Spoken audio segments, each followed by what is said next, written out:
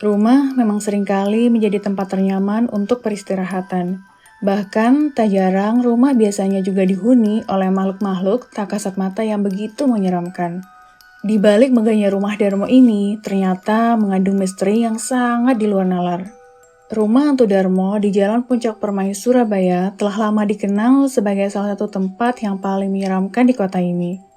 Rumah megah yang kini tak berpenghuni ini dulunya milik sebuah keluarga kaya yang tewas tragis dalam sebuah kebakaran misterius. Kejadian tersebut membuat rumah ini ditinggalkan dan menjadi sarang berbagai cerita mistis yang menakutkan. Banyak orang yang mengaku pernah melihat penampakan hantu di sekitar rumah ini, terutama di malam hari. Salah satu penampakan yang paling terkenal adalah hantu seorang wanita dengan wajah hancur yang sering terlihat di jendela lantai 2. Wajahnya yang penuh luka bakar menambah kesan menyeramkan, seolah ia masih merasakan penderitaan dari kejadian naas yang menimpanya. Tidak hanya itu, ada juga penampakan seorang anak kecil yang berlari-lari di dalam rumah. Anak ini sering terlihat berusaha menghindari sesuatu yang tak terlihat oleh mata manusia. Beberapa saksi mata bahkan mendengar suara tawa kecil yang berubah menjadi jeritan memilukan. Kehadiran anak kecil ini seringkali menimbulkan rasa ngeri yang mendalam bagi siapapun yang melihat dan mendengarnya. Salah satu cerita yang paling terkenal adalah pengalaman seorang fotografer amatir yang mencoba mengabadikan keangkeran rumah ini. Ketika ia sedang mengambil gambar, ia merasakan tangan dingin yang menggenggam bahunya. Saat menoleh, tidak ada siapapun di sana. Namun, ketika ia melihat hasil fotonya, terdapat bayangan hitam yang tampak mengawasinya dari balik jendela. Banyak orang juga melaporkan kejadian aneh lainnya, seperti pintu yang tiba-tiba tertutup, dan lampu yang padam secara mendadak. Perasaan dingin yang merasuk tulang sering dirasakan oleh siapapun yang memasuki rumah ini.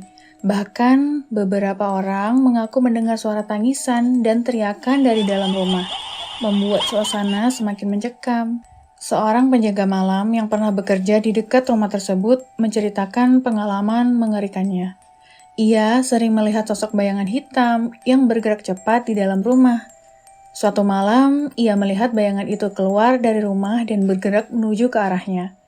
Dengan panik, ia berlari sejauh mungkin dan berhenti bekerja setelah kejadian itu. Rumah Hantu Darmo ini juga menjadi lokasi favorit bagi para pemburu hantu dan pecinta uji nyali. Mereka sering datang ke tempat ini untuk merasakan langsung keangkerannya. Beberapa dari mereka bahkan membawa peralatan khusus untuk mendeteksi aktivitas paranormal.